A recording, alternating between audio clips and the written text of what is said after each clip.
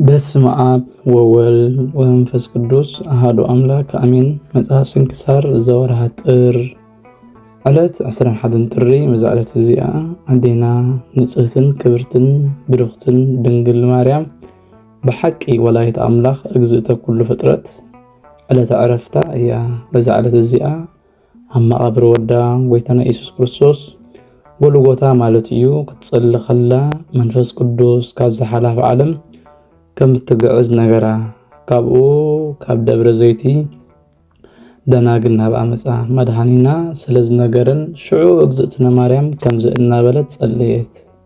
ኦ ጎይታይ ኢየሱስ ክርስቶስ በዛ ሰዓት እዚኣ ንዓይ ነገረትካ ነዲኻ ስምዓኒ ንተማሃራይካ ዮሐንስ ወንጌላዊ ኸኣ ናባይ ኣምጻዮ ከምኡውን ንኹሎም ኣርድእትኻ እቶም ነፍሶም ዝወሰድካዮምን ሕያዋን ጌርካ ናባይ ኣምጻዮም ንስኻ ንሕያዋን ሙታንን ኣምላኾም ኢኻ። ምስጋና ንዓኻ ይኹን ንዘለዓለም ዓለም ኣሜን። በታ ሰዓት እቲኣ ንዮሐንስ ካብ ሃገር ኤፌሶን ደመና ጾይራ ናብ ኣዴና ቅድስቲ ድንግል ማርያም ኣብጽሐቶ። ኣብ ቅድሚኣ ደው ኢሉ ድማ ሰላም በላ። ኣንቲ ንቓለ እግዚኣብሔር ዝበለትክዮ ምልእተ ጸጋ ተሓጐሲ ደስ እውን ይበልክ በላ። መንፈስ ቅዱስ ከዓ ብኣፉ ተዛረበ። ንስኺ ካብዚ ዓለም ብዓብዪ ክብርን ምስጋናን ክትወፅኢ ኢኺ። ድሕሪዚ ጎይታና መድሓኒናን ኢየሱስ ክርስቶስ ኣብ ልዕሊኺ ዓበይቲ ተኣምራትን መንክራትን ክገልጽ እዩ በላ። እግዝእትነ ማርያም ከዓ ሰሚዓ ኣጸቢቓ ተሓጐሰት። ንጎይታ ከዓ ኦ ጎይታይን ኣምላኸይን ምስጋና ንዓኻ ይኹን ዝለመንኩኻ ሰሚዕኻ ይብካኒ ኢኻ። ሕጂ ከዓ ምስ መላእኽትኻ ናባይ ብምምጻእኻ ንነፍሰይ ናባኻ ናብ ሰማያት ክትዕርገኒ ኢኻ እሞ ምስጋና ይብጽሐካ ኢላ ኣመስግነቶ። ሽዑኡ ካብ ሰማይ ከምዚ ዝብል ቃል ተሰምዐ። መንፈስ ቅዱስ ከምዚ ይብል ኣሎ። በዛ ዕለት እዚኣ መላእኽቲ ሰማይን ኩሎም ሓዋርያትን ከዓ ካብ ወሰናስን ዓለም ክመፁ እዮም ናብ ቅድስትን ብጽእትን ድንግል ማርያም ኣደ ኢየሱስ ክርስቶስ ከኣትዉ እዮም። ሽዑኡ ኩሎም ሓዋርያት ኣብ ደመና ተወጢሖም ወፁ። እቶም ዝሞቱ እውን ካብ መቓብሮም ተንሲኦም ኣብ ቅድሚኣ ቆሙ። ንእግዝእትነ ማርያም ከዓ ሰገዱላ። ኦ ምልእተ ጸጋ እትኻባኺ ዝተወልደ ኣምላኽና ኢየሱስ ክርስቶስ ምስጋና ንዑ ይኹኖ። ንሱ ካብዚ ዓለም ሓላፊ ከውፅአኪ እዩ። ብዓብዪ ምስጋና ከዓ ናብ ህይወት ዘለዓለም ከግዕዘኪ እዩ በልዋ። ሽዑኡ እግዝእትነ ማርያም ኣብ ዓራት ተቐመጠት። ሕጂ ኣምላኸይን ኣምላክኩምን ኢየሱስ ክርስቶስ ናባይ ከም ዝመጽእ ፈለጥኩ። ከም ዝረኣኹኹም ከዓ ክርእዮ እየ፣ ካብ ስጋይ ከዓ ክፈላለ እየ በለቶም። ሕጂ ካብዚ ዓለም እዚ ከም ዝፍለ ከመይ ጌርኩም ፈሊጥኩም ክትነግሩን እደሊ ኣለኹ። ናባይ ምምጻእ ቀልጢፍኩም ኢኹም። ንሳቶም ከዓ ኩሎም መንፈስ ቅዱስ ናባኸ ክንመጽእ ኣዚዙና። ስለዚ ኣብ ብጽእቲ ደመና ተወጢሕና ብቕጽበት ናባኸ በፂሕና በልዋ።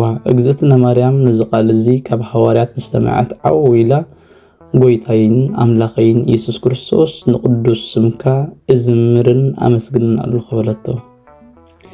ንስኻ ሕማመይ ርኢኻ መንክራትካ ገለጽካለይ። ንስኻ ኣብ ልዕሊ ኩሉ ተግባር ክእለት ኣለካ። ካብ ሕጂ ከዓ ኩሎም ወለዶ ከመስግኑን እዮም በለት። ድንግል ምስጋናኣን ልሟናኣን ምስ ወድአት ንሓዋርያት ዕጣንን ማዕጠንታትን ኣምጽኡ ንጎይታ እውን ጸውዕዎ በለቶም። ንሳቶም ከዓ ከምቲ ዝኣዘዞቶም ገበሩ። ሽዑ ጎይታና ኢየሱስ ክርስቶስ ምስጋና ንዑ ይኹኖ። እልፊ ኣእላፋት መላእኽትን ሊቃነ መላእኽትን ከቢቦማ ናብ ኣመፀ። ኣጸናንዓ ዕረፍታን ዘዳለወላ ሓጎስን ከዓ ነገራ። በቲ ግዜ እቲ ከዓ ተኣምራትን መንክራትን ተገብረ። ብዙሓት ዕውራት ረኣዩ። ሓንከሳት እውን ሓውዮም ከዱ። ዓባሳት ተዛረቡ። ላምፀማት ነጽሁ። ርኹሳት መናፍስ ዝነበሮም ቀልጢፎም ካብኣቶም ወፁ። ኩሎም ሕሙማት ዘለዎም ካብቲ እግዝእትነ ማርያም ዘላቶ ቤት ምስኣቱ ንግዚኡ ካብ ሕማማቶም ተፈወሱ ሓወዩ። ካብኡ እግዝእትነ ማርያም ንፍቕር ወዳ ጎይታና ኢየሱስ ክርስቶስ ካብ ዘደንጹ ዘሰንብዱ መላእኽቲ ኣብ ኣየር ፋሕ ኢሎም ዘለዉ ካብ ባሕሪ ሓዊ ፈርህ የበለቶ ጎይታና ኸዓ ኣባኺ ወላ ሓንቲ ስልጣን የብሎም ንበላ ካብኡ ሃዋርያትን ደናግልን ኣብ ልዕሊኦም ክትባርኽ ለመንዋ ንሳ ኸዓ ኢዳ እናኣንበረት ኣብ ልዕሊኦም ባረኸት መረቐቶም እውን ሽዑ ጎይታና ንቅድስት ብጽእት ድንግል ነፍሳ ብመለኮታዊ ኢዱ ወሰዳ ብልብሲ መርዓ ናይ ብርሃን ጠቕሊሉ ኸዓ ምስኡ ኣብ ላዕለዋይ ማሕደር ኣዕረጋ ንስጋኣኻ ንሃዋርያት ክገንዝብዎ ተሸኪሞም ኣብ ጌተ ሰማኒ ክቐብርዎ ኣዘዞም እግዝእትነ ማርያም ቅድሚ ጸኣተ ነፍሳ ክንግር ዘይከኣል ዓቢ ብርሃን ረኣየት ጎይታና ኢየሱስ ክርስቶስ ወዳ ምስጋና ንዑ ይኹኖ ካብ ሕጂ ስጋኺ ናብ ገነት ሓጎስ ከጉዕዞ እየ ነፍስኺ ኸዓ ኣብ ማሕደረ ትፍስሕት ክትነብር እያ ኣብኡ ቅዱሳን መላእኽቲ የመስግኑን ብዘይ ዕረፍቲ ኸዓ ይዝምሩን እዮም በላ እግዝእትነ ማርያም ከዓ ኦ ወደየ ጎይታይን ኣምላኸይን ልመናይ ክትሰምዓኒ ይልምነካ ኣለኹ በለቶ ኩሉ ብሰመይ ናባኻ ዝልምን ብይቕሬታኻ ልመንኡ ስምዓዮ ኩሉ ኣብ ሽግር ዘሎ ብሰመይ ናባኻ ዝልምን ካብ ሽግሩ ኣድሕኖ መዘከርታይ ኣብ ዝግበረሉ ኩሉ ቦታ ባርኽ ከምኡውን ብስመይ ቁርባን ሞባእ ዘቕርቡ ቁርባኖም ሞባኦም ተቐበለሎም በለቶ ጎይታና ድማ መለሰላ እንሆ ዝለመንክኒ ዝኾነ ኩሉ ገይረልካ ኣለኹ ተሓጎሲ ኩሉ ጸጋ ኩሉ ክብርን ካብ ኣቦይን ካባይን ካብ መንፈስ ቅዱስን ተዋሂብክ እዩ ብስምኪ ናባይ ዝልምን ኣብዛ ዓለም ዝኾነ ኣብቲ ዝመጽእ ዓለም ኣይጠፍእን እዩ ኣብ ሰማያዊ ኣቦይ ሞጎስ ክረክብ ይበላ ብድሕሪዚ እግዝእትነ ማርያም ኣዕረፈት ሃዋርያት ከዓ ከምታ ጎይታና ዝኣዘዞ ገኒዞም ኣብ ጌተ ሰማኒ ወሰድዋ ኣይሁድ ከዓ ሽዑ ሃዋርያት ንእግዝእትነ ማርያም ተሸኪሞማ ይኸዱ ከም ዘለዉ ሰሚዖም ፈለጡ ኩሎም ከዓ ንስጋኣ ከቃጽሉ ወፁ ሓደ ካብኣቶም ብርቱዕ እየ ዝብል መንጢሉ ናብ ምድሪ ክድርብዮ ኢሉ ነቲ ዓራት ሓዞ ሽዑ መልኣኽ እግዚኣብሔር ብዘይርአ ብሰይፍ እሳት ኢዱ ቆረጾ ኣዳው ኸዓ ኣብቲ ዓራት ጠልጠል በላ ሽዑኡ ንሱን ብጎይታና ብኢየሱስ ክርስቶስ ኣመነ ብዛዕባ እቲ ደፊሩ ዝገበሮ ተግባር ከዓ ተጣዕሱ ጌግኡ ኣሚኑ ብንብዓት ናብ እግዝእትነ ማርያም ለመነ ኦ ድንግል ንስኺ ብሓቂ ነቲ ሓቀኛ ኣምላኽ ወዲ ህያው እግዚኣብሔር ጎይታና ኢየሱስ ክርስቶስ ኣድዩ ኢኺ እናበለ ለመነ ንዓይ ይቕረኽ ትብልለይ እልምነካ ኣለኹ በለ ብድሕሪዚ ብልማና ሃዋርያት እቶም ዝተቆረፁ ኣእዳው ናብ በቦትኦም ተመሊሶም ጥዑይ ኮነ ምስ ቀበርዋ 3 መዓልቲ ጸንሑ ዕረፍታ ኸዓ 21 ጥሪ ዕለተ እሁድ እዩ ጎይታ ኢየሱስ ክርስቶስ ከዓ መላእኽቲ ብርሃን ለኣኸ ንሳቶም ከዓ ስጋኣ ካብ መቃብር ወሲዶም ኣብ ትሕቲ ዕፀ ህይወት ኣብ ውሽጢ ገነት ሓጎስ ኣንበርዋ ቶማስ ሃዋርያ ከዓ ኣብ ግዜ ዕረፍታ ምስኦም ኣይነበረን ንሱ ብደመና ተወጢሑ ክመጽእ ከሎ ስጋ እግዝእትነ ማርያም ምስ መላእኽቲ ይረኸቦ ሓደ ካብ መላእኽቲ ከዓ ንዓ ቀልጥፍ ንስጋ እግዝእትነ ማርያም ሰላም በል በሎ ንሱ ከዓ ቀልጢፉ ሰላም ኢሉ ሰገደላ ናብ ሃዋርያት ምስ በጽሐ ከዓ እግዝእትነ ማርያም ከም ዝዓረፈት ነገርዎ ንሱ ከዓ ንእግዝእትነ ማርያም ዝተቐበረ ስጋኣ ክሳብ ዝርኢ ኣይኣምንን የበሎም ከም ትፈልጡኒ ትንሣኤ ጎይታ ኢየሱስ ክርስቶስ ክሳብ ዝረኣኽዎ ከም ዝተራጠርኩ ሕጂ እውን ኣይኣምንን የበሎም ሽዑኡ ንኽርእይዎ ናብ መቃብር ጎየዩ መቃብር ከፊቶም እንተረኣዩ ግና ስጋኣ ኣይረኸቡን ሰንበዱ ተደንቑ ከዓ ካብኡ ቶማስ መላእኽቲ ንሰማይ ከም ዘዕረግዋ ንሱ እውን ሰላም ከም ዝበላ ነገሮም መንፈስ ቅዱስ ከዓ ስጋኣ ኣብ ምድሪ ክትነብር እግዚኣብሔር ኣይፈቐደን በሎም ምስጋና ንእግዚኣብሔር ይኹን ንሃዋርያት ከዓ ሓንሳብ ጸኒሑ ካልኣይ ንዓኣ ክርእዮም ከም ዘለዎ ኺዳን ኣተወሎም ንሳቶም ከዓ ክሳብ 16 ነሓሴ እናተጸበዩ ጸንሑ ነዘሰስፈዎም ኪዳን ከዓ ከምቲ ዘሰስፈዎም ፈጸመሎም ናዴና ቅድስት ድንግል ማርያም ኩሉ ዕድሚኣ 64 እዩ ኣብ ቤት ኣቦኣ 3 ዓመት ኣብ ቤት መቕደስ 12 ዓመት ኣብ ቤት ዮሴፍ 35 ዓመት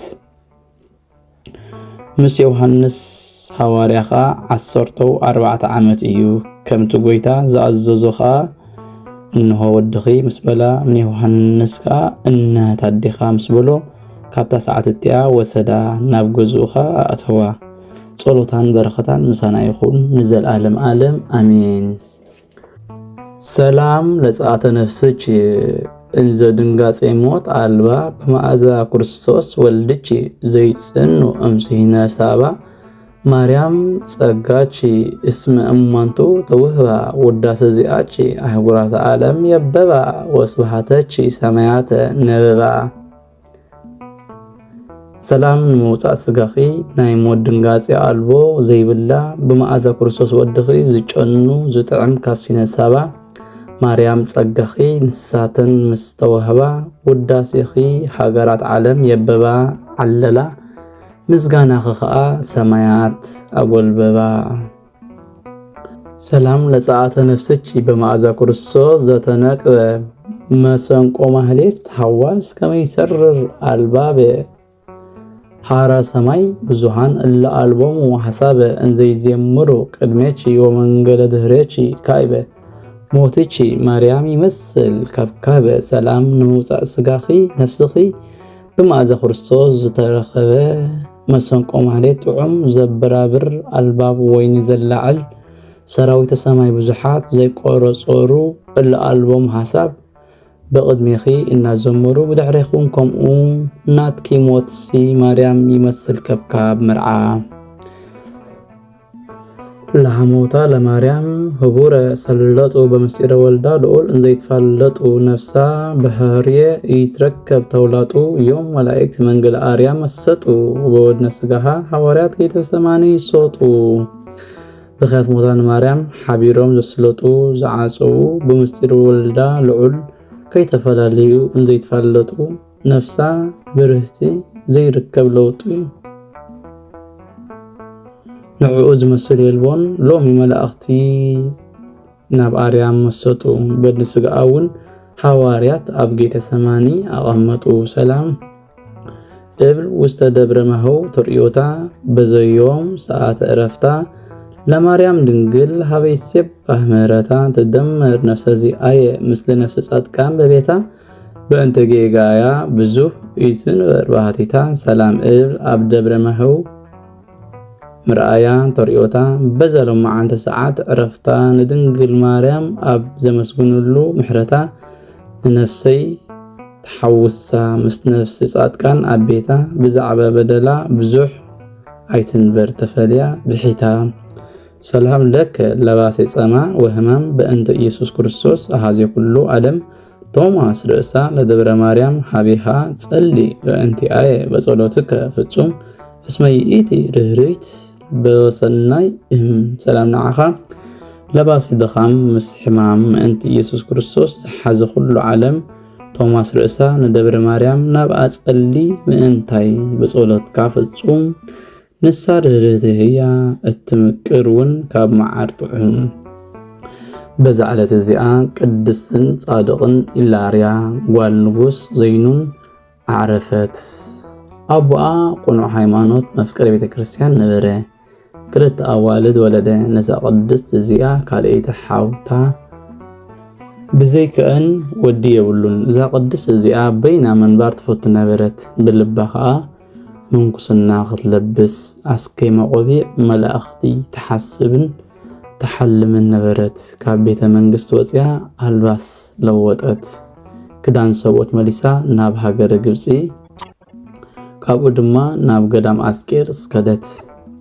ኣብኡ ሓደ ጻድቕ ሽማግለ አባ ባሙ ዝስሙ ረኸበት ኣብ ልባ ዘሎ ኩሉ ድማ ኣካፈለቶ ሰበይቲ ከም ዝኾነቱን ኣረዳእቶ ንሱ ኸኣ ዝበለቶ ኩሉ ከምኡውን መንነታ ኩሉ ምስጢራ ሓቢኡ ኣብ ሓደ በዓቲ ኣተዋ ኩሉ ግዜ ኣብቲ ዘላቶ ከከይዱ ይጽበጽሓ ነበረ ከምዚ ኢሉ ክሳብ 15 ዓመት ኮነ ንሳ ከምዚ ኢላ እዛ ሰበይቲ ካብዛ በዓቲ ክትነብር ከላ ጭሕሚ ብዘይ ምቋላ እቶም ኣረጋውያን ስሉብ ይመስሎም ነበረ ኢላርያ ስሉብ ኢሎም ከዓ ይጽውዕዋ ነበሩ التخليت حاوتا مس أبوها استرفت رخص سيطان حادر أمو أبوها نحخايم نتبنيتات كحويلو بزح جنزب كفله كحوي واجنا أيكالون التوم خانون تخاء ناب قدام أسكيتس نابتم أرجاويان خوزدا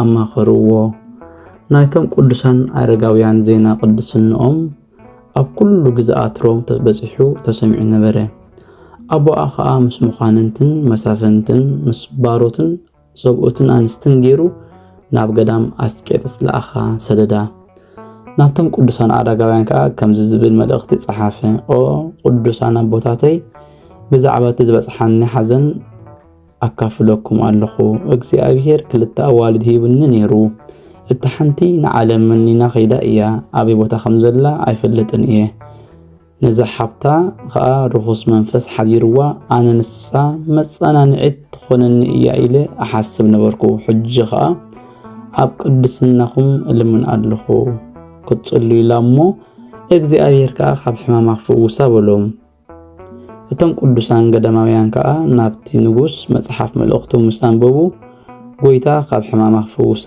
ኣብ ልዕሊኣ ጸልዩ ከምዚ ኢሎም ንሓያሎም መዓልታት ኣብ ልዕሊኣ ጸልዩ እንተኾነ ኣይሓወየትን ነገር ግን ሰይጣን ብዘይካ ኢላርያ ከውጽኦ ዝኽእል ከምዘየልቦ ዓው ኢሉ ለፍለፈ ካብኡ ኢላርያ ጸውዕዋ ነታ ስሉብ ሰብኣይ እዩ ዝብልዋ በል እዛ ጓል ንጉስ ወሰዳሞ ጸልያላ በልዎ ንሳ ማለት ንሱ ኸኣ ኣነ ሓጥ ሰብ እየ እዚ ኸቢድ ነገር እዚ ክገብሮ ኣይከኣለኒ በለቶም ንሳቶም ግና ሓራይ ኢላ ወሲዳ ንገዛኣ ክሳብ ትእትዋ ኣገደድዋ ድሕርዚ ኣብ ልዕሊኣ ጸለየት እሞ ኣብቲ ቁርብ መዓልታት ሓወየት እቲ ሓዲርዋ ዝነበረ ርኹስ መንፈስ ካብኣ ወፂኡ ሃደመ ካብኡ ምስ ሓወየት ናብቶም ቅዱሳን ኣረጋውያን ኣብጽሓታ እንሆ እግዚአብሔር ብጸሎትኩም ፈውሲ ሂብዋ ሓውያ በለቶም ንሳቶም ከኣ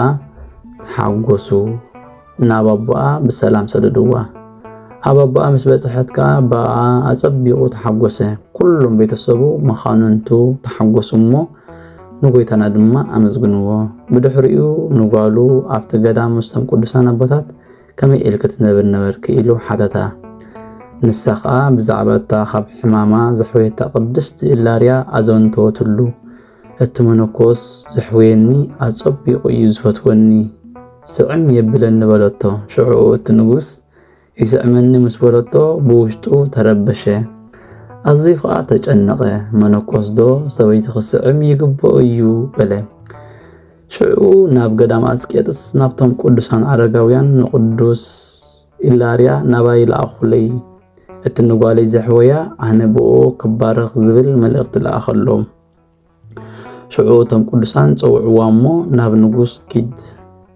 ምኽንያቱ ንሱ ይደልየካ ኣሎ በልዋ ንሳ ኸኣ ምሪር ብኽያት በኸየት ኣብ እግርቶም ቅዱሳን ኣቦታት ወዲቓ ድማ ናብ ንጉስ ክኸይድ ኣይከኣለንን እዩ በለቶም ንሳቶም ከኣ እዚ ንጉስ እዚ ጻድቕ እዩ መፍቀሪ ቤተ ክርስቲያን እዩ ትእዛዙ ክንጥሕስ ኣይግባአናን እዩ ቅዱሳን መጽሓፍቲ ከም ዝእዝዙና በልዋ በዚ ቃል እዚ ኣገደድዋ እሞ ከይፈተወት ናብ ንጉስ ኣቦኣ ኸደት ኣብኡ ምስ በጽሐት ንጉስ ሰላም በላ እቶም ምስኡ ዘለዉ ኩሎም እውን ሰላም በልዋ እቶም ሰባት ምስ ከዱ እቲ ንጉስ በይኑ ተረፈ ከም ዝኽብል ከኣ ሓተታ ኣነስ ብውሽጠይ ብሕልናይ ተረብሸ ንስኻ ንጓለይ ክትስዕማ ስለ ዝሰማዕኹ እዚ ተግባር እዚ ከመይ እዩ ዝኾነ ክትገልጸለይ ይደሊ ኣለኹ በላ ንግስቲ እውን ምስ ንጉስ ነበረት ኢላርያ ኸኣ በሉ ቅዱስ ወንጌል እሞ ኣምፁ ምስ ነገርኩኹም ናብ ገዳመይ ገዳም ኣስቄጥስ ምኻድ ከይትኽእልኡኒ መሓሉላ ይበለቶም ንሳቶም ከኣ መሓሉላ ካብኣ ንሳ ኣነ ኢላርያ ጓልኩም እየ ኢላ ነገረቶም ከመይ ኢላ ከም ዝወፀት ከመይ ኢላ ክዳውንታ ከም ዝለወጠት ክዳውንቲ ሰብኡት ከም ዝለበሰት ከምኡ እውን ኣብ ኣካላታ ዘሎ ምልክት ኣርኣየቶም ገለጸትሎምን ሽዑኡ ዓው ኢሎም ጨርሑ ኩሎም ከኣ ብዙሕ ብኽያት በኸዩ ኣብቲ ቤተ መንግስቲ ከኣ ብኽያት ኮነ በልፈጺምና ካብዚ ኣይንሰደክን ኢና በልዋ ንሳ ከኣ ብቅዱስ ወንጌል ዝመሓልኩሞ ማሕላ ዘኩር በለቶም ብዙሕ ድኻምን ልማናን ከዓ 40 መዓልታት ምስኦም ጸንሐት። ብድሕሪዚ ናብ ቦታኣ ገዳም አስቄጥስ ተመልሰት። በታ ዓለት እቲኣ ኣባ ንጉስ ዘይኑን ነቶም ቅዱሳን ኣቦታት ኣብቲ ገዳም አስቄጥስ ዝነብሩ ናይ ምድሪ ግብፂ ግብሪ ዓመት ክህብዎም ካልእ እውን ዝደልይዎ ንኽወሃቡ ኣዘዘ። እቶም መነኮሳት ከዓ ተሓጎሱ። ኣብ ደብሪ ኣባ መቃርስ 900 ኣብያተ ክርስቲያናት ሃነጹ። ኣብ ደብሪ ኣባ ዮሐንስ ከዓ 700 ኣብያተ ክርስቲያናት፣ ኣብ ደብሪ ኣባ ብሶይ 500 ኣብያተ ክርስቲያናት፣ ኣብ ደብሪ ኣባ ሙሴ 300 ኣብያተ ክርስቲያናት ሃነጹ። ቅድስቲ ኢላርያ ከዓ ካብ ኣቦኣ ተመሊሳ 5 ዓመታት ምስ ጸንሐት ዓረፈት። ብዘይካ ምስ ሞተት ማንም ሰበይቲ ከም ዝኾነት ዝፈልጥ ኣይነበረን። ጸሎታን በረኸታን ምሳና ይኹን ንዘለዓለም ዓለም አሜን። ሰላም ለንግደትች ገዳማ አስቄጥስ ርሁቀ ትርሲተ አቡኪ ንጉስ እንዘ ታስተማስል ጸሪቀ ኢላርያ ህሪት በዘፍጽሚ ጻይቀ ለወለት ማህይምት እንዘ ትትለአኪ ጽድቀ ከመተሳየኪ ሰቀ ወሃብኪያ ወርቀ። ሰላም ለንግደትኪ ናብ ገዳማ አስቄጥስ ዝረሓቐ ሽልማት ንጉስ አቡኺ ዘማሳሰልክዮ ጨርቂ ኢላርያ ሕሪቲ ክትፍጽሚ ከለኺ ድሌት ሳሕቀ ንኣማኒት ጓል እናተላኣኪ ጽድቀ ማቕ ክትዕድጊ ንዓኣ ሃብኪያ ወርቂ። በዛ ዓለት እዚኣ ቅዱስ ጎርጎርዮስ ሓው ባስልዮስ ናይ ዙኑሲስ ኤጲስቆጶስ ኣዕረፈ። እንሆ ናይ ኣቦኡን ሓውን መዘከርታ ኣብ 6 ጥሪ ተጻሒፉ ኣሎ። እዚ ብፁዕ ጎርጎርዮስ ኣብተን ወደባት ኤጲስቆጶስ ተሾመ። ኣዝዩ ከዓ ፈላጥን መስተውዓልን ክቡርን ኮነ። ካብቲ ጎድሉ ከዓ እንሆ ኣብ ዕለት 15 ናይ ዘወርሒ እዚ ተጻሒፉ ኣሎ። ብዛዕባኡ ዝተባህለ ኣሎ። ንሱ ቅዳሴ ቅዱስ ቁርባን ክቅድስ ከሎ ሽዑኡ መንፈስ ቅዱስ ካብ ሰማይ ናብቲ መሰዊኢ ክወርድ ይርኢ ነበረ። ካብኡ ንጭሩብ ይርእዮ ርእሱ ይሕዞ። ኣብ ሕቕፉ ከዓ ይሓቕፎ እሞ ሽዑኡ ድቃስ ይመጾ። ኣብ ልዕሊ እቲ መሰዊኢ ከሎ ስቕ ይብል። እቶም ዝርእይዎ ኩሎም ከዓ ከምዚ ስጋዊ ሕማም ናይ ብሓቂ ድቃስ ይመስሎም ነበረ። ኣብ ሽመት ኤጲስቆጶስነቱ 33 ዓመታት ምስ ፈጸመ ሓው ቅዱስ ባስልዮስ ክበጽሖ ናብኡ መጸ። ንሱ ካብ ብዝሒ ጾምን ጸሎትን ዝተላዕለ ዓብይ ሕማም ሓመመ። ሓው ብምምጽኡ ከዓ ተሐጎሰ። ካብኡ ቅዱስ ጎርጎርዮስ ከምቲ ልማዱ ቅዱስ ቁርባን ክቅድስ ናብቲ መሰዊኢ ምስ ደየበ እግዝእትነ ቅድስት ድንግል ማርያም ተገልጸትሉ እሞ ሎሚ ናባይ ክትመጽእ ኢኻ በለቶ። ጸሎት ቅዳሴ ቁርባን ምስ ፈጸመ ከዓ ንሓው ቅዱስ ባስልዮስ እቶም ህዝቢ ኣብ ሃይማኖቶም ክጸንዑ መሃሮም ገስጾምን በሎ። ሽዑ ከምዚ ዝቅድስ ኮነ። ከተንስእዎ ከበራብርዎ ኢሎም እንተነቕነቕዎ ግና ሞይቱ ረኸብዎ።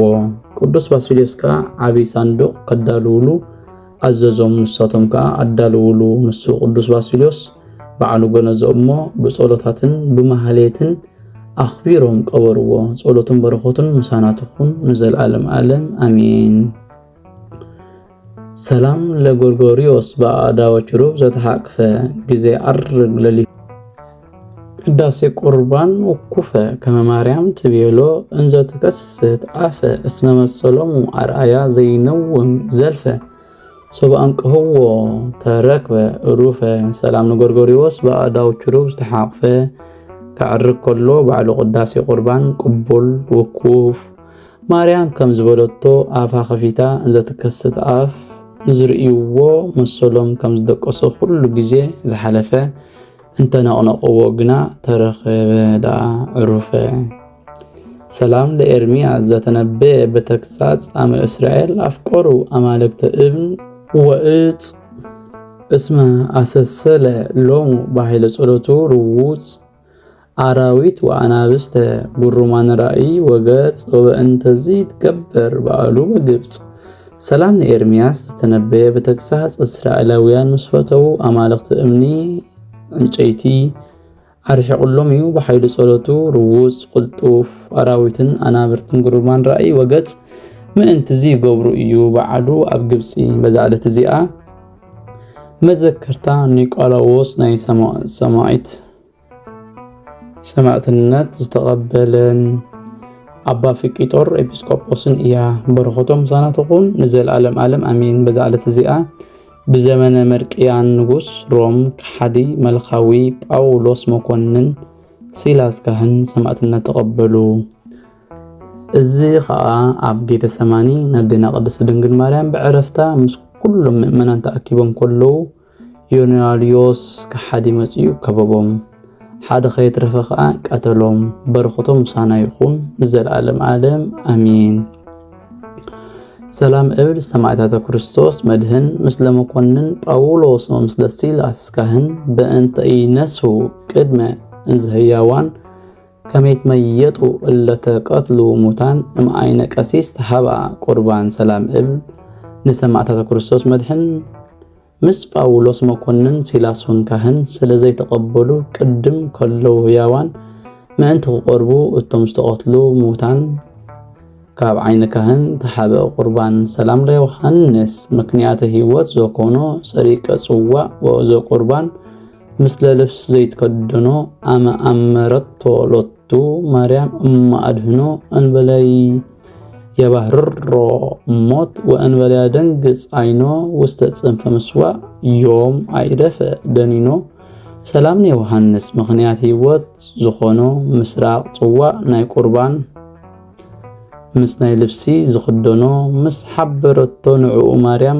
ኣዳ አድሕኖ ሞት ከይባህረሮ ከይደንገጸውን አይኖ ኣብ ጽፍ መሰዊኢ ሎሚ ዓረፈ ደኒኖ ሰላም ላእዳዊከ በጊዜ ጸሎት ዘተሰፋ ወለአብራቺከ አዲ በሰጊዝ ዘተግሃ በዘትትዌከፍ ቀውስጦስ እንተልዓሌከ በጽሃ እንዘያርየከ አጽልእቶ ቀይሃ ወልደ ማርያም ነበበ ኪያከ ሙቆሃ ሰላም ላእዳውካ በጊዜ ጸሎት ተዘርግሐ ንአብራካውን ከምኡ ብስግዳን ዝተግሀ ቀውስጦስ ብትقبለሉ ኣብ ልዕሊኻ ዝበጽሐ እናርአየካ ኣቕሳሉ ዝቕሐ ወዲ ማርያም ተዛረበ ንዓኻ ኢድግድኻ ዝተመቆሐ በዛዕለት እዚኣ ኣባ ሃይለ ማርያም ናይ ደብረ ምጥማቅ ሰማዕትነት ተቐበለ። በረኸቱም ሳናትኹን ንዘለዓለም ዓለም ኣሜን። በዛዕለት እዚኣ ናቦና ኣባ ዮሐንስ ኬማ ዕረፍቱ እያ። ንሱ ካብ ኣቡነ ተክለ ሃይማኖት ሻብዓይ እዩ። እዚ ቅዱስ እዚ ብዘመኑ ደብረ ሊባኖስ ተሃንጸት ስርዓታትን ልዕል በለ ጽቡቕ መንገዲ ምስከደ ንጎይተና ከዓ በአገልግሎቱን በቅዱስነቱን ባህ ምሰበሎ በዛዕለት እዚኣ ዓረፈ። በረኸቱም ሳናትኹን ንዘለዓለም ዓለም ኣሜን። በዛዕለት እዚኣ ንኽቡር ኣባ እንድርያስ ናይ ደብረ ሊባኖስ መምህር ክቡር ስግኡ ዝጋዓዘሉ እዩ። በረኸቱ ምሳናትኹን ንዘለዓለም ዓለም ኣሜን። ዘቕርብክዎ ማህሌት ኣዘኻኺራ ኢላፍ ካብቶም ኣዘውቲሮም ዘገልግሉኻ ኩሉ ግዜ ብዘይ ምዕራፍ እንዳኸንብብ ተቐበል ናይ ድኽነተይ መጽሓፍ ዝገበርካ ጎይታ ናይ ታመመለት መባእ ውቁፍ ካብ ዘእተው ሃብታማት ናይ ሃብቶም ተረፍ ነቢያት ቅዱሳን ሐዋርያት ሰባኽያን ሰማዕታት ምጻድቃን ደናግል ከዓ መነኮሳቱን ሄራን ባርኾት ባርኹ ማሕበር ዘቅድስ ቤተክርስትያን ካብ ዝዓበየ ሽማግለ ክሳብ ዝናእሰ ህፃን ንዝጸሓፎ ብመጽሓፍ ንዝጸሓፎም በመድራስ ንዘንበቦ ንዝተርጎሞ ብልሳን ሐዲስ ንቃሉውን ሰምዐ በእዝነ መንፈስ በጸሎት አዲ ማርያም ዓረቂት ካብ ኩሉ መባኣስ أحبيرو يمحرنا يسوع كريستوس سلام نعخاتكم صادقان من السماء زعرفكم بزالم علات الزياء نعلم زسنفكم يقوم نسخاتكم بخلو تعجست أبكر من فتاري لمنو بخلو ساعات بزي كان السحان عنا خي وزدنا مو سلام نعخاتكم نجعلت الزياء صادقان كلكم صوبتنا نستن ببا أسماتكم قدسان سماين مدرن محبر سلاسي نسخهم ما أنت مريم أديو ذكرنا بصلاتكم نخطح اللوانا تمايز إنا ألونا بناي كريستوس دم